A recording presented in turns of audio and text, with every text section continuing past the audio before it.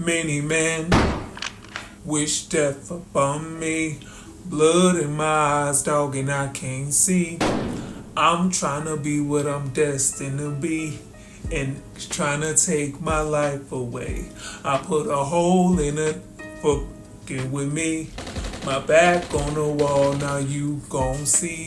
Better watch how you talk when you talk about me, 'cause I'll come and take your life away. Many men, many men wish death on me. I can't stay.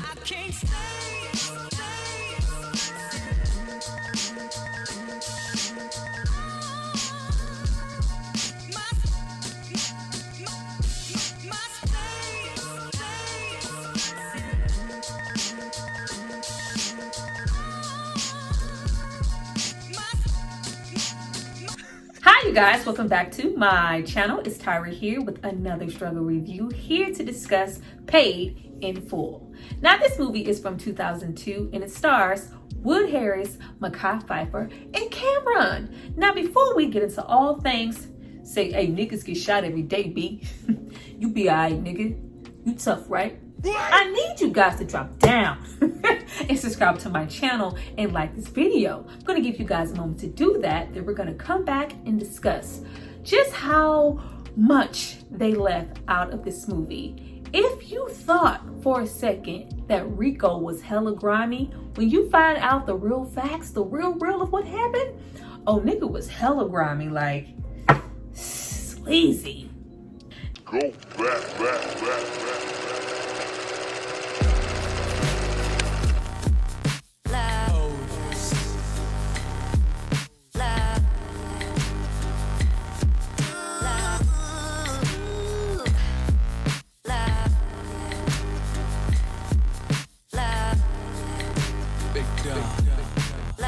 Now that you guys have hopefully subscribed to see more of me, let's get into this movie. But before we jump into the video, I have to give a shout out to the person who paid for it and requested it. So if you happen to be a hustling ass motherfucker, man, you a hustling ass motherfucker, man, it's not because of me. It's because of this person right here. Thank you so much for supporting me and paying for this content. Now, this movie was directed by Charles Stone III, who is mostly known for directing the TLC Crazy Sexy Cool movie that I will be doing soon, this film, as well as Drumline. Now, this was also a Rockefeller venture, produced by Dame Dash, Jay-Z, and others, but mostly Dame Dash. To get it out the way, this movie completely bombed at the box office. I was surprised. I was really surprised, but supposedly at the time, Dame Dash was doing the freaking most, had conflict with Harvey Weinstein of all people, and this movie didn't get the budget it needed, didn't get distributed like they wanted it to, so it did suffer. But it didn't stop this movie from becoming the classic that we know it to be today. Now, it was based on a screenplay by Azie Faison. This is his real life story, and this is completely told from his perspective, chronicling his life in the 80s as a Harlem drug dealer, along with Rich Porter and Alpo Martinez. And though it is based on a true story, Azie did not have creative control, and some liberties were taken with the story, some that he was not at all happy with. Now, with me not watching this movie in a really long time, I felt the need to pinpoint why we love it so much, because some people genuinely do not understand. This movie is very slow paced, was not made for a lot of money. The look and feel of it is almost independent. It is not cinematically outstanding, visually enticing. We literally do not leave this Harlem neighborhood. With the larger than life Rich Porter, Azie, Alpo having so much notoriety for who they were and how they moved as drug dealers in the 80s Harlem, this movie is a character study, and it is solely driven off of that. Not every single character is developed to the most high here. There are some underdeveloped people, but when it comes to Ace, Mitch, and Rico, it does not get any better. They performed these characters to perfection. With how well known the real life characters are, there is more than enough space and opportunity for somebody, Harlem, East Harlem, DC, and all of that, New York, period. People who are familiar, you know, family members, to watch this and go, that's not my brother, that's not my cousin, that's not Rico, this is inauthentic. Nobody has ever said that. There has always just strictly been love and praise. We have Wood Harris as Ace. You know, I see a shimmering, man. Yeah, I see you, man. You got the Rolex, you know, man, damn, man, look like a motherfucking spaceship, man. Like, Ace in that posture, like the way that Wood Harris is acting with his entire body. For one, he is a really underrated actor. The posture, the position of his shoulders, the way the hats lay, the way those clothes, those sweaters early on lay on his body. It is the epitome of somebody who is low key and does not want to be seen. Calm, cool, calculated, smart, moving in silence. I don't need to raise my voice to get my point across. And then you have Mekhi Phifer as Mitch. I get love out here in Harlem, man. I done sold coke on these streets, weed, hash, heroin. As long as niggas is feeling it, a nigga like me can hustle it. Like, I love the hustle, man. Like, really, really great. Like, this was, not to say that Mekhi hasn't been in some really good movies, but this was maybe the first role where I was like, damn, this nigga can act. He's not relegated to being a love interest, being sexy, smiling, even though all of Mekhi's 352 teeth that stay on deck, ready to go at all moments, we purposely put on display here, who absolutely loves the hustle, loves the hood, loves Harlem, and loves what he does. But Mekhi had to completely transform himself, even though he, as well as Cameron, unlike Wood Harris, they are from Harlem. They were there, they were, you know, in the element when these guys were who they were on the streets, giving them an even deeper connection. But the way that he moves, the way that he is crispy clean as hell. If you know nothing about Rich Porter, you know that he loved to look good, stand out, all the way from his car to his clothes, constantly having on some fresh ice white Reeboks. Like, that attention to that type of detail. Actually, my favorite scene with Mitch is when he is getting undressed in his room and you see, you know, the way he positions those sneakers, the way he sits the watch down and then he sits the beepers down. Like, it's just boom, boom, boom. Cleanliness is next to godliness, and he meant that in the best way. Always wanting to be in the spotlight 24/7 and be that dude. He wants to look good at all times, and he bodies that the whole movie. Along with that, as well as making you feel for him. It's not all that hard to feel for Azie. He already gives off the energy of, which we're going to talk about, you know, I really don't want to do this. I really don't want to be a dealer, but this is what it is. If I, as Ace, felt like I had another way out, I definitely would not resort to this. Whereas you have Mitch loves it. He loves it, along with dealing, along with catching a body, along with keep it in check.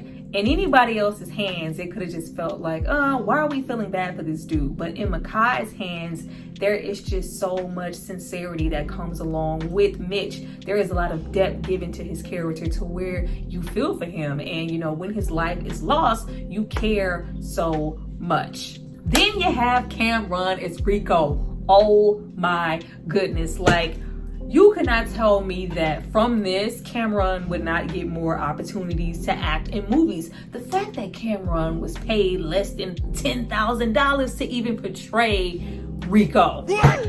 Grimy, like. Cameron bodied this character in every way possible. I never thought going into watching this movie, even when I did, because I was a big rap fan, I knew who Cameron was. Like, I never thought that he would be the draw. Ask anybody walking what they remember from this movie, and it's gonna be Rico. You know, give me a quote, give me something you remember from Paid in Full. Niggas die every day. Be like, when I come back, you know, I ain't snitching on nobody from Harlem. You know, when I come back, I'm still gonna be the king. Like, just so good. It was almost to the point of like, damn, is Cameron this grimy? Is Cameron this grimy, slimy ass dude in real life? Perfection. Now we open in a 1986 Harlem. If you do not have a big budget, good writing can save your movie every time. I love the opening scene of them having dinner at the little round table. It tells you everything you need to know about all of them in that one moment. Mitch is cool, swaggy as hell, and doesn't mind throwing his money around. Ace is laid back and extremely cautious with his paper. Rico is cocky, loud, a little obnoxious, but still very likable. All three of them have too much damn money to spare. Mitch, fuck the soy sauce, man. Y'all walk up to the table, picked up the cake, mushed it in his face and told him happy birthday, man. Like, get out of here. Instantly, father-to-be Ace is pulled into an apartment, badly beaten, shot, and left clinging to life. How did we get here? Now, of course, with the movie, we only spend a year or so with these characters, but do know that all three of them was out there and about that life ever since they were young teenagers.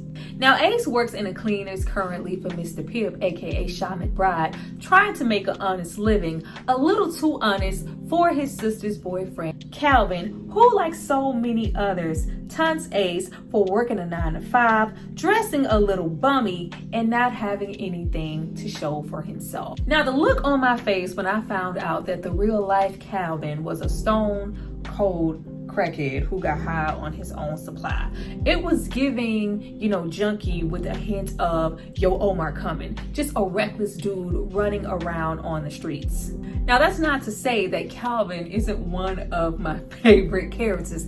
Yo, man, you supposed to be hitting that. Sweating and nickel and diamond in that cleaners is not gonna get you that ass. Like, Calvin wants so badly to put Ace down just so he can say that he did. I just made enough dough to make biscuits for the projects, nigga. But you sugaring for? Something wrong with your shoulders, nigga? Like, he is just really unsatisfied at the fact that Ace is not at all impressed like us. And it's not that Ace is just completely unimpressed by the lifestyle, because it looks really good to him on Mitch. But with you, I can see from a mile away with how you are moving, you are stupid. Why would I ever want to work with or underneath or by you? There's no finesse or calculation with the type of dealer you are. Not only are you just in it for the money and the power of it, but you only want to lift me up to say you helped a bummy nigga like me get on. Yeah, get out my face. Go on over there with my sister. I don't know what's wrong with her. Now, I love the multiple perspectives of the different type of dealers that we get here in this movie. No two of them are the same. You get something different with Calvin, with Mitch, with Lulu, with Rico, and with Ace. But regardless of how they moved, 9 times out of 10, they all ended up the same: dead or in jail. Now, Mitch, who is constantly crispy, is moving heavy out here in these Harlem streets, is constantly encouraging Ace to come on over and do the same, even though he actually could never see it for him, because he's the straight-laced George Jefferson of the projects. Even though the real Azie was out there moving all on his own and it had nothing to do with anybody's Lulu or Mitch, he got hit by a car as a kid. And the dealer hopped out looking fresh in a fresh Benz, gave him a little money from his compensation. Bingo, that's what I want to be. It was as simple as that. It wasn't this whole thing here. But working at that dry cleaners and knowing a little bit of everybody did leave the window open for him to meet the likes of a Lulu, who gives a totally different perspective of what a drug dealer could be and look like. It's not about being known, being flashy. You want to be low-key. You want to be inconspicuous. Why would you want the spotlight to be on you? That's not smart. Whereas you have Mitch, he is very content and just almost starves for that spotlight. He is very comfortable in the fact that he has some money in his pocket. He feels like his family is okay. I have a new outfit for every day of the week. I have, ice whites on. I have a chain, the latest Benz, the latest this. very content with being that local hood celebrity who is celebrated. Not at all ever thinking beyond the game or leaving Harlem. Why would I ever want to? This is all I know and it's enough for me. I love every single moment that we get at the rooftop club, the little spotlight joint that is constantly showering Mitch with all this love. It's where he feels the most love and the most appreciated by that community. But it always avoids the likes of Ace, who is seen as a nobody up until the point that he becomes a somebody and he's trying to avoid the spotlight. It just showed you right away that that whole thing was always false and fake love at its best. I get love from Ace, I get love from my sister, and most of all, I get love from my little man's Sonny, who I love back. Well, if and when I'm no longer that dude, I'm no longer Mitch, I no longer have the connect, I no longer have money, all the fans still gonna love me, man? Are you guys still gonna love me? Absolutely not. And that scared him to death. Now, from the moment that Ace finds that first ball of coke in Lulu's pocket that he allows him to keep, and of course this transitions into him eventually working for him, but I love the fact when he has the ball and he sells it, he doesn't want to sell it right away, so he tries to give it to Mitch, and Mitch is like, nah, you know, I ain't messing with it, you need to go to that nigga Calvin, he deals in coke. Even at that moment, he was smart enough to know, you know, I ain't trying to deal with that nigga. Even if it's just for this one time. He is stupid. If I'm gonna deal with anybody, it's gonna be somebody I can trust and I know thinks about what they're doing before they do it. Always moving smart, but never paying attention to the downsides of why Mitch loved the club, loved the scene, and loved the spotlight so much. Yo, I can smell a nigga with money. I see you shining, nigga. I know you're gonna take care of families. Bro, baby, I ain't got no money.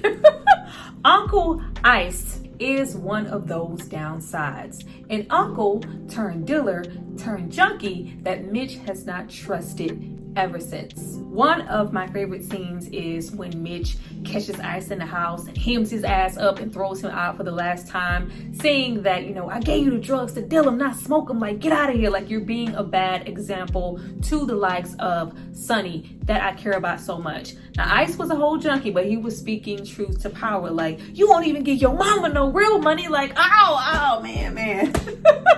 With Mitch being that typical everyday dealer, we are not thinking smarter, we are thinking harder. We want so badly to live in the moment, getting those things that we couldn't even fathom having when we were broke, that we are not thinking long term. Now, of course, as a dealer, you have to be close to that element. You have to be on the streets. You have to live in that neighborhood in Harlem. But we could actually move away from that, get our family away from that if we stack and we save instead of splurging on expensive, you know, gold BBS's joints. Like, yeah, we don't necessarily need that right now, but we want to flash, we want to stunt to show everybody what we have, all while creating envy. The love is always fake, but the envy is always real, as well as putting a goddamn target on your back for the police to see. You are living in public housing, you know, these Harlem ass projects, but you have a fucking Benz, like they about to roll up on you at any moment. I never got the logic, never got the lifestyle. But of course, starting off, dealing is always supposed to be a means to an end. You know, I gotta do something to feed my family. It's always supposed to be temporary until it isn't. You know, we love Sonny and we put down the likes of Ice,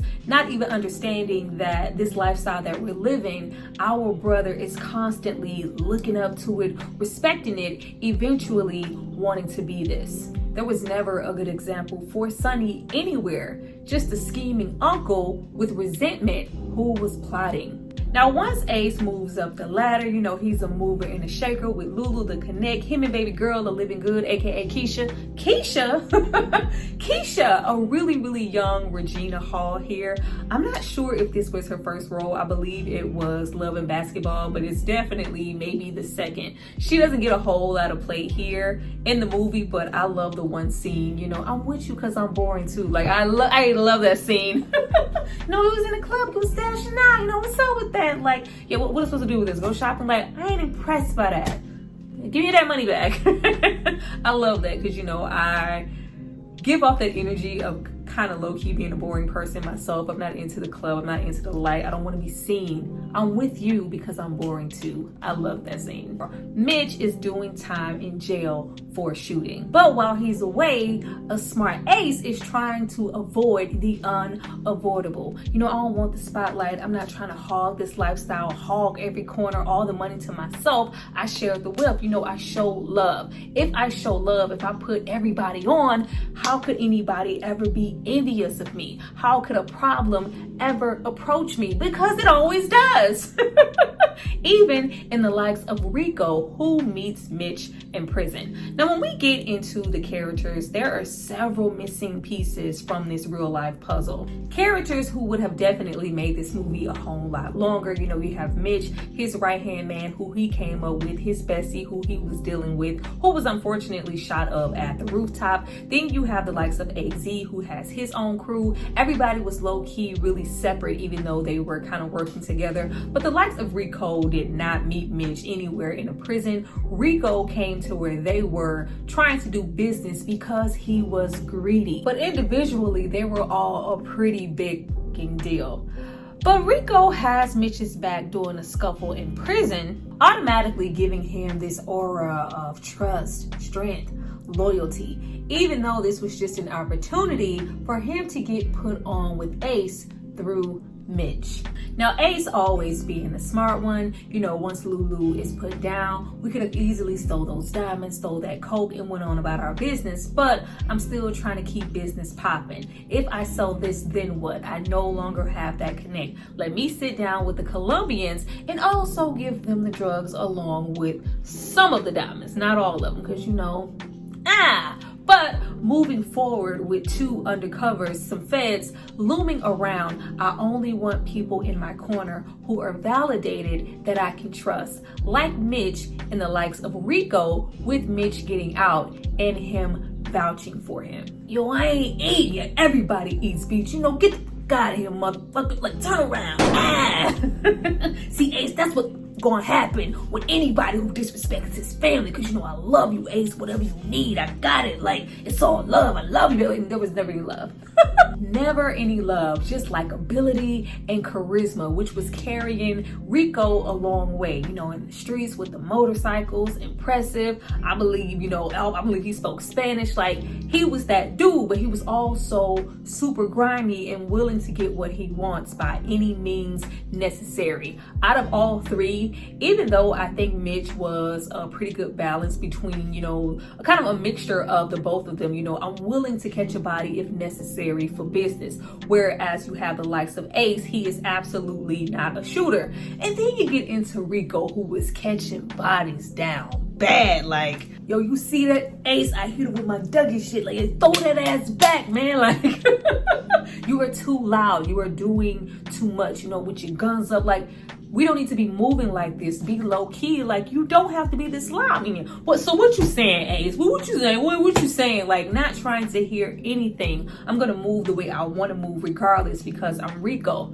Now, the plus side of feeling like you maybe want or need like Rico around is because he is a shooter. He is impulsive. He is intimidating. He is murderous. Rico not taking on nothing off of anybody, but there is a place and a time for everything. That same murderous impulse that he will use to strip a nigga down in defense of you, he will use that same thing to stab a friend in the back. Which is why as soon as he got put on, it was about expansion. You know, we need to go out to DC. It's on and popping in DC. His plan from the beginning was always to expand and use the likes of Ace for that connect. But where Rico is plotting, planning, cool, calm, and finessing, giving brotherhood to get what he wants from Ace, Calvin does not have the range to do any of that. No patience, no respect, no subtlety, all grime and no game, unlike a Rico. Because nigga, do you not know who I am? I'm Calvin. Why wouldn't you put me on? If you don't put me on in the way that I want to be,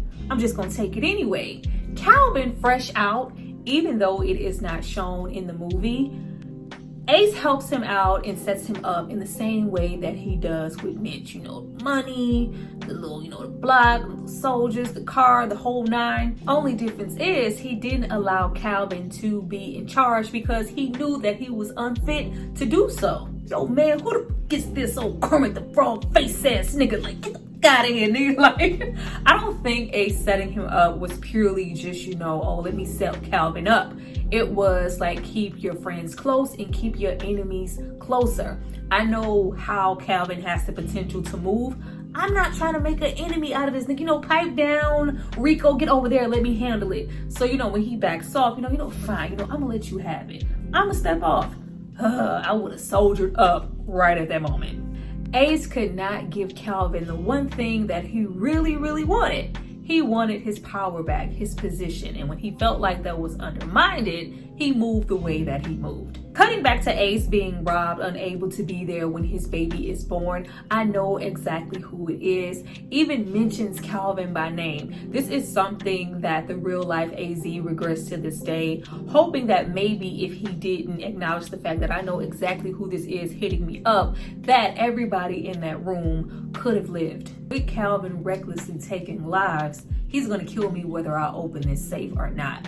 At this point, it is fight or flight. The fact that Ace survives this whole situation, not only being beaten, but pretty much being shot in the face, close blank range, like that is like really, really amazing. It's no surprise at all that after that, he has a totally new perspective on life and a newfound appreciation for it and what it all really means. Now, what they don't show in the movie was that Mitch at this point in his life, the real life Rich Porter, was just as fed up and ready to walk away as Ace was. Maybe not the drug game completely, but maybe just leaving Harlem. They depict him in the movie as just never wanting to leave Harlem, but feeling like a lot of hate was coming his way, not only from people he thought that loved him, but from the likes of the police, all of these string of bad luck type situations. Maybe it is that time to walk away. Even though I do love the scene here, if I leave, the fans still gonna love me, man. Like, I love the hustle, you a hustling ass motherfucker, man. Like, I love that. I just love how much they love each other. Once we have Ace no longer wanting to re-up with the connect and he's kind of sitting on it and the streets are drying up, you really have Mitch as well as Rico show their intentions in their relationships. Even though Mitch wants that connects and wants to still distribute, I'm not going to rush you. Take all the time you need, rest up. I love you, man. I'm just glad that you are blessed to still be here. Rico, on the other hand, get you some soups, some tea, get this nigga a thermometer. Like, you need to just give up that connect because it's getting dry here. There is money to be had out here on these streets. Why are you sitting on that connect? You know what? I already killed Kermit. What's popping, Kermit? What more do you want? Let's go. Completely not understanding the severity of the situation. You popping Kermit is not going to help me. I'm going to walk different. I'm going to breathe different. I am changed forever. Now, all of their dynamics are instantly changed when Sonny is kidnapped for ransom. I'm naked out here, B. I need my little man. It's like, oh, so good. Mekhi was acting his ass off in that scene. That's another really memorable situation, that whole monologue. I'm about to be on some real murder type shit. Hey, any nigga that ever looked at me wrong on some jealousy, envy ass shit, owes me money, they're fucking dead. Like, the tears coming down, it is such a good scene. Like, I'm getting a little shake just thinking about it. Mekhi was really delivering there. A very reflective moment, just like the one we had with Ace, realizing what life is really worth. It's not all about, the BBS, gold joints, us being at the spotlight, getting that love. When it all comes down to it, what does it really mean if I don't have my family, the people who love me, the people who really love me without all of that shit? Like, very impactful portion of the movie, even more impactful in real life. I'm going to just completely divert from the movie at this point. I knew, a little bit of the facts, but just getting into what really happened at this point in their lives. Now, of course, they did kidnap the real life Sonny for that $500K, cutting off his finger and sending it to intimidate the likes of Rich and Ace and all of them to come up with the money. But when I heard the real life tape playback, they sent the finger along with a tape of this 12-year-old baby begging for his life. It just really made me hella emotional. Like, I cried. I was like, oh my goodness. Just to know that his life was taken by people that he knows, the likes of your uncle as well as his associates. It would be the associate that, of course, we see here in the store. But when it came down to it, the situation with Sonny was an extension of people who considered Mitch to be an enemy, people he had dealings with, along with the scorned ass uncle who facilitated the whole situation. Then we have the characters of Mitch and Azie coming up with the kilos to come up with the money to get the ransom. If it just could have been that goddamn simple. Getting into Rico, aka Alpo Martinez, like, of course here, I really need you to help me with these kilos. We gotta get this money, but you got the kilos right there. It's as simple as, oh, I'm taking these bricks for myself. I'm greedy, pop, and the gully shit happens in the project hallway. No, get on your local YouTube, here. Find the video of Alpo Martinez discussing where and how he actually killed Rich Porter. Like, now, of course, in his words, but who's going to take anything that Alpo has to say verbatim? Mitch was lying to him about a connect, and if you lie to me about that, what else are you lying to me about? Just the breakdown of some drugs. Now, in real life, with Rich trying to get this money together for this ransom, avoid any police involvement, thinking that he is getting into a van with somebody that he trusts in the likes of Rico, real life Rico.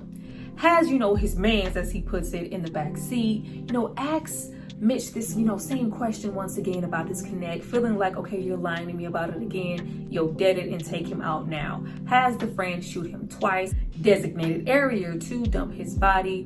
Friends too small to even lift the dead weight.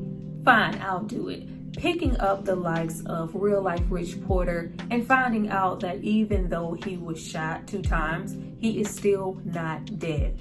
Looks this man in his face as he is taking his last breaths, shoots him close blank range in the head to make sure that he is dead, throwing his body into the woods himself.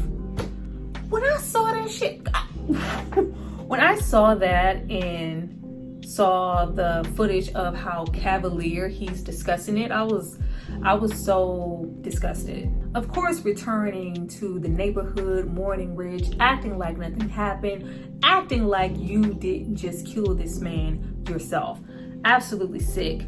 But getting back into the movie, it's a pretty short scene of us realizing that both Mitch and Sonny were dead and buried around the same time. But the fact that they found Mitch's body not even a mile in those same woods where they found the real life Sonny's body, and it was pretty much in a couple weeks of each other in the same month of January. Like, they buried 2 brothers, 2 sons within the same month. Like, very stressful, very stressful. Which brings us to the ending that the real life Azie Faison just absolutely could not stand.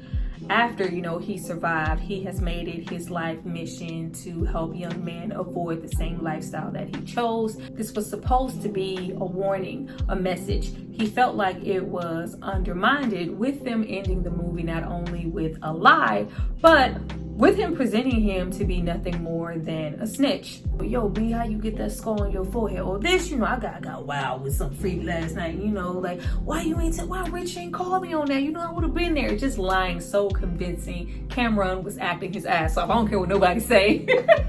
You got four bricks right there, you got the keys right there. Like, just really convincing, but not convincing enough for the likes of Ace, who has him set up with these undercovers, who has been, telling him, trying to infiltrate this entire time. Greedy Rico, taking the bait, ends up getting arrested and getting 25 years. The fact that this man did, when I get out, I'm still gonna be the king. The fact that this man did 25 years in prison, got out in the witness protection program, whole new name, whole new damn identity, living his best life for about 5 years or so, decides that he's comfortable enough to go back to Harlem. There are so many pictures of him, standing, taking pictures and like, hey, I'm back.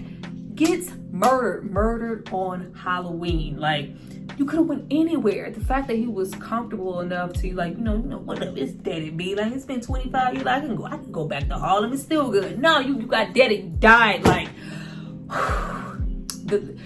there was so much. There was so much information and just things that they did not get to put into this film that I wanted to discuss, but that would just make this video long as hell. Y'all go do your homework. It's just so good, so layered. I feel like if this movie had, a couple, like maybe another hour, a bigger budget, it could have really been fleshed out and been even better, because there is just layers upon layers of stuff. And even though Azie felt like the message in the story was a bit undermined with them relegating him to be nothing more than a snitch, and that's something that never happened, the message is still very clear, and this is a cautionary tale. Low-key a hood horror movie. It's right over there with Juice. It's right over there with Juice. And just as classic as it is too, this movie is still up there to let you know what not to do. It's not glamorizing this lifestyle. Maybe in the beginning, I got them gold BBS's joints, but you could easily end up like a Mitch, you could end up like a Rico, or you could end up like a Ace if you play your cards right, make the right decisions, and get out while you still can. This road leads to nowhere. Paid in Full. Well, you guys, that was my review for Paid in Full. I hope you enjoyed it. Please drop down and tell me if you did. Now, if you're watching this video now, the premiere of my Paid in Full After Party Live has already happened. Go and run it back and support your girl over there with her guests and her After Party Lives. Like, I really enjoy them, even though they are not doing numbers or getting, shout out to Channel ain't doing numbers overall. Nobody cares about my Struggle Reviews TV, and it's cool. But I would love for you guys to get over there and engage a little bit more. We really have a good time, as well as go into just more depth in a way that we can't really do here in this quick little situation. But I look forward to reading you guys' comments. Let me know what you thought about my commentary, this video. Be sure to hit the like button, show your girl some love. Be sure to share it with a friend who, little grimy ass nigga as well. We love to see it. I see you guys next time for my next review. Bye.